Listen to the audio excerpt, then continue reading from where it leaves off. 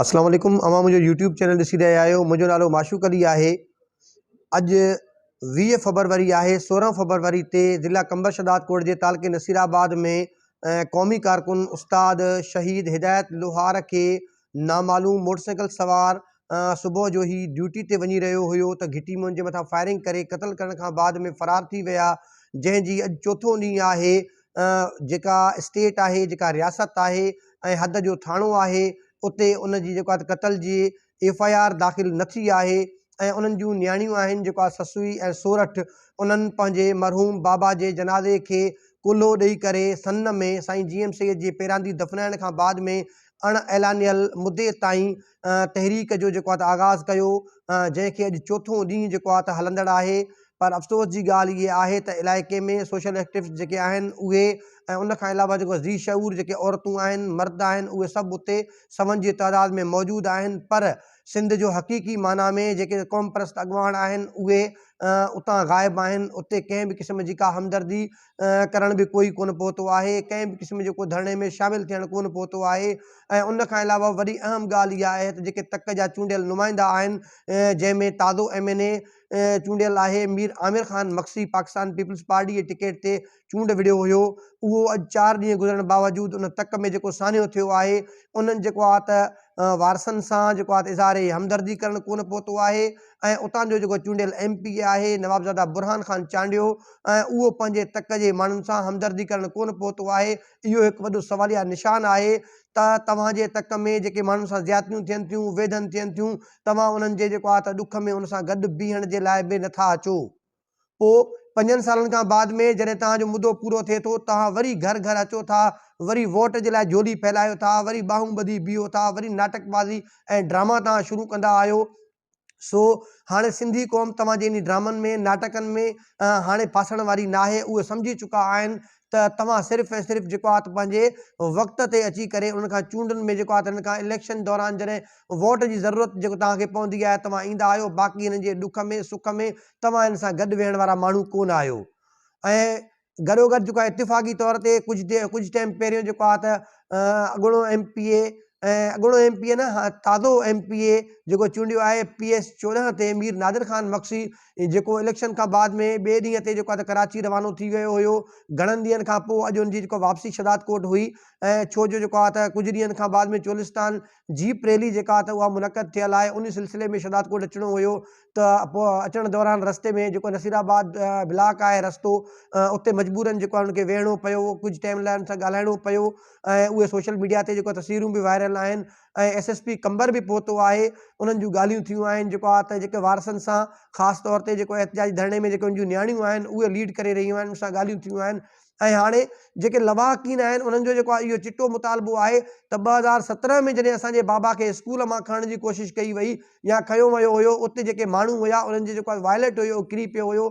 उन में जेको शिनाख्ती कार्ड हुयो, उहो शिनाख्ती कार्ड जेको किरियो, सरगोदा सां वाबस्ता जेको माण्हू हुयो, पंजाब सां वाबस्ता जेको माण्हू हुयो, उहो माण्हू किथे आहे? या उन माण्हू जो नसीराबाद तालके में अची हिकिड़े उस्ताद खे खंभण में उनजो छा मंतक आहे, छा उनजी वजह आहे, कहिड़ो कारण आहे, कंहिंजो माण्हू हुयो उहो? हाणे हिननि जो चिटो मुतालबो इहो आहे त असांजी जेका जेको वालिद मरहूम जंहिंखे शहीद कयो वियो आहे, उनखे जेको आहे शहीद करण जे पोयां जेको आहे इदारनि जो हथु आहे। ऐं जिन जे ख़िलाफ़ु जेको आहे मुंहिंजो मरहूम वालिद जेको यकीन आवाज़ खणंदो आयो आहे, उन्हनि जो हथु आहे। असां केस कराईंदासीं, असां जेको आहे FIR दाख़िल कराईंदासीं, असां उन्हनि जे मथां दाख़िल कराईंदासीं। असां उन इदारनि जा नाला जेको आहे दाख़िल कराईंदासीं जिन असांजे मरहूम वालिद खे खंभण जी कोशिशि कई, ऐं खंभे विया बि हुया। असांजी स्ट्रगल खां बाद में उनखे बाद में छॾियो वियो।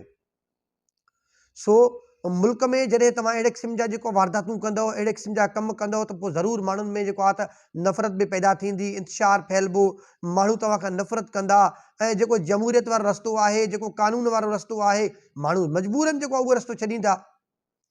ऐं हिन वक़्त ताईं जेको SSP आहे उहो 4 ॾींहंनि खां बाद में अॼु धरणे में पहुतो आहे, जो हिकिड़ो अणसम्झ वारी ॻाल्हि आहे। जेको को बि माण्हू सम्झ खां कासिर आहे त मां मोकल ते हुयुमि, मां मौजूदु न हुयुमि, ऐं चार्ज लाड़काणे जे SSP खे ॾिनल हुई, ऐं हीउ हेॾो सारो वाक़ियो सान्यो थी वियो। मूंखे इन शइ जी ख़बर न आहे, मां अॼु पहुतो आहियां, तव्हांजी FIR थाणे ते हली दाख़िल कंदासीं। असांजी अखियुनि जे आॾो अहिड़ा खोड़ सारा वाक़िया थिया आहिनि जिथे सॼो थाणो उते मौजूदु हूंदो आहे। इवन तव्हां पंहिंजो FIR बुक उते खणी ईंदा आहियो। हाणे हिननि नियाणियुनि खे तव्हां जेको आहे हिकिड़ो झांसो ॾियो था, ॾटो ॾियो था, तव्हां थाणे ते हलो, तव्हांजी मर्ज़ीअ सां, तव्हांजी मंशा सां FIR कंदासीं। तव्हां जीअं तव्हां जेको आहे त हीअ उनखे वठी वञो, जीअं जेको आहे एहतिजाजी तहरीक या धरणो जेको लॻल आहे उनखे तव्हां सबूताज़ कयो। पर तव्हां केतिरा धरणा सबूताज़ कंदा? ऐं उन सां गॾोगॾु अगरि FIR थी बि वञे थी त हिन में कहिड़ी साबिती आहे, कहिड़ी ज़मानत आहे त जेके मालिक नाला जेके तव्हां खां मेंशन कराईंदा उहे सभिनि जेको तव्हां तहक़ीक़ जेका कंदव शफ़ाफ़ तरीक़े सां तहक़ीक़ करे उन्हनि जेके माण्हुनि खे, उन्हनि ॾोहारियुनि खे जेको आहे त कानून जी गिरफ़्त में आणे उनखे सज़ा ॾियाराईंदव। छो जो वरी बि इंक्वायरी तव्हांखे करणी आहे, तफ़्तीश तव्हांखे करणी आहे। तव्हां सुभाणे इन केस जो चालान पेश कंदव, C क्लास करे खणी ईंदा, वरी हे वीचारियूं जेको नियाणियूं आहिनि वरी पेरे उगाड़े मथे उगाड़े कोर्टुनि जा चक्कर कढींदियूं। पर इन जो हतमी जेको मरहलो आहे, हतमी जेको मामिलो आहे, उहो तव्हांखे ख़तमु करण जे बजाए तव्हां हिनखे इंघाईंदा पिया वञो। हीअ जेके मामलात आहिनि, हीअ जेके वारदातूं आहिनि, इहे वारदातूं छो थियूं रोनमा थियनि? ऐं अॼु वॾो सवाल बि हिकिड़ो पैदा थिए थो त मां ख़ासि तौर ते हिनमहिल मां ॻाल्हाईंदुमि जेको आहे त अदी महारंग बलोच जॾहिं बलोचिस्तान में पंहिंजे मिसिंग पर्सन्स जे हवाले सां बलोचिस्तान जो सगारो आवाज़ बणिजी, जॾहिं तुर्बत मां केच मां निकिती हुई, रैली जी सूरत में, जेको काफ़िले जी सूरत में निकिती हुई, जॾहिं इस्लामाबाद पहुती, तमामु घणियूं तकलीफ़ूं सठईं, पर सिंध जे माण्हुनि उनखे पंहिंजी नियाणी सम्झी, पंहिंजी भेण सम्झी, अजरकूं पोतियूं ओढायूं ऐं उन जे लाइ सिंध सॼी हिते जेको आहे सरापा एहतिजाज हुई। सिंध जे तमामु प्रेस क्लबनि में जेको आहे त अदी महारंग बलोच सां थियल ज़्यादतियुनि जे ख़िलाफ़ु जेको आहे हिते सिंधी क़ौम एहतिजाजी धरणा हुया, जुलूस कढिया हुया, उन जे हक़ में जेको सोशल मीडिया ते मुहिम हली हुई। अॼु असांखे उहा मुहिम सिंध जी हिननि नियाणियुनि ससूं ऐं सोरठ जे लाइ बलोचिस्तान मां नज़र नथी अचे। छो? जॾहिं बलोचिस्तान जी नियाणियुनि सां, बलोचिस्तान जे भाइरनि सां ज़्यादती थिए थी त सिंध जो सिंधी, सिंध जी औरत, सिंध जी नियाणी, सिंध जी भेण तव्हां सां हम आवाज़ आहे। जॾहिं उहो ई साॻिए तरीक़े सां नाजाइज़ी ज़ुल्म ज़्यादती सिंध में थिए थो त जॾहिं असांजूं सिंध जूं नियाणियूं रोडनि ते निकिरनि थियूं, मथे उघाड़ो पेरे उघाड़े जॾहिं उहे निकिरनि थियूं त बलोचिस्तान मां उन सां हमदर्दी जे लाइ ॿ लफ़्ज़ बि कोन था ॻाल्हाया वञनि। अदी महारंग बलोच तव्हांखे हिकु दफ़ो ॿीहर जेको आहे निकिरणो पवंदो,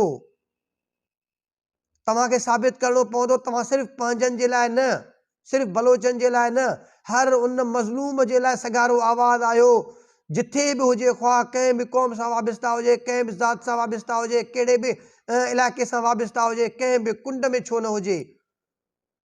ईअं घुरिजंदो आहे, ईअं थियण त ईअं घुरिजंदो आहे त तव्हांखे फौरी तौर ते बलोचिस्तान मां जेको आहे त काफ़िले जी सूरत में निकिरी अची नसीराबाद में जेको आहे सिंध जी ससूं ऐं सोरठ सां गॾु कुल्लो कुल्ले में मिलाए उन्हनि इदारनि खां जेको आहे जवाबु तलब करणु घुरिजे जिन खां तव्हां जवाबु तलब कंदा पिया अचो।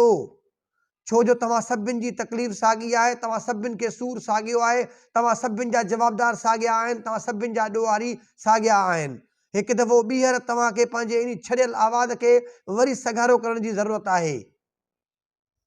ऐं उन खां हटी करे सिंध जा क़ौम परस्त अॻवान हिनमहिल ताईं जेको आहे त गुम आहिनि, मुसलसल लापता आहिनि, मुसलसल गुमशुदा आहिनि। उहे छो गुमशुदा आहिनि? उन्हनि खां कोई पुछा करण वारो कोन्हे। तव्हां छो गुमशुदा आहियो?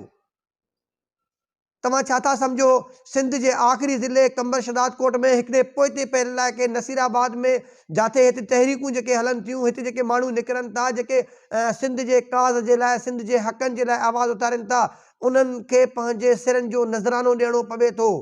ऐं तव्हां हिननि जे सिरनि जे नज़राननि ते जेको आहे उनखे केश कराए तव्हां मर्कज़ में, सूबनि में मथे तव्हां सियासत करे पाण चमकाए ऐं पाण खे लीडर सॾायो था। हैफ़ आहे तव्हांजे इन लीडर थियण ते। जॾहिं तव्हां पंहिंजे इन कारकुननि जी मालिकी कोन था करे सघो, उन सां गॾु वेही नथा सघो, पोइ तव्हांजी इहा लीडरशिप कहिड़े कम जी आहे? थियण त ईअं खपंदो आहे तव्हां पहिरें ॾींहं खां जेको आहे त हिन में तॾे ते वेठा हुजो हा, हिननि जा हम आवाज़ हुजो हा। इहे नियाणियूं न ॻाल्हाइनि हा, हिननि नियाणियुनि जी तर्जुमानी तव्हां कयो हा। पर तव्हां अलाए कहिड़ी मसइलतुनि में पाण खे फासाए छॾियो आहे। पर जेके मसइलतुनि जे वर चढ़ी वेंदा आहिनि उहे मेसारजी वेंदा आहिनि।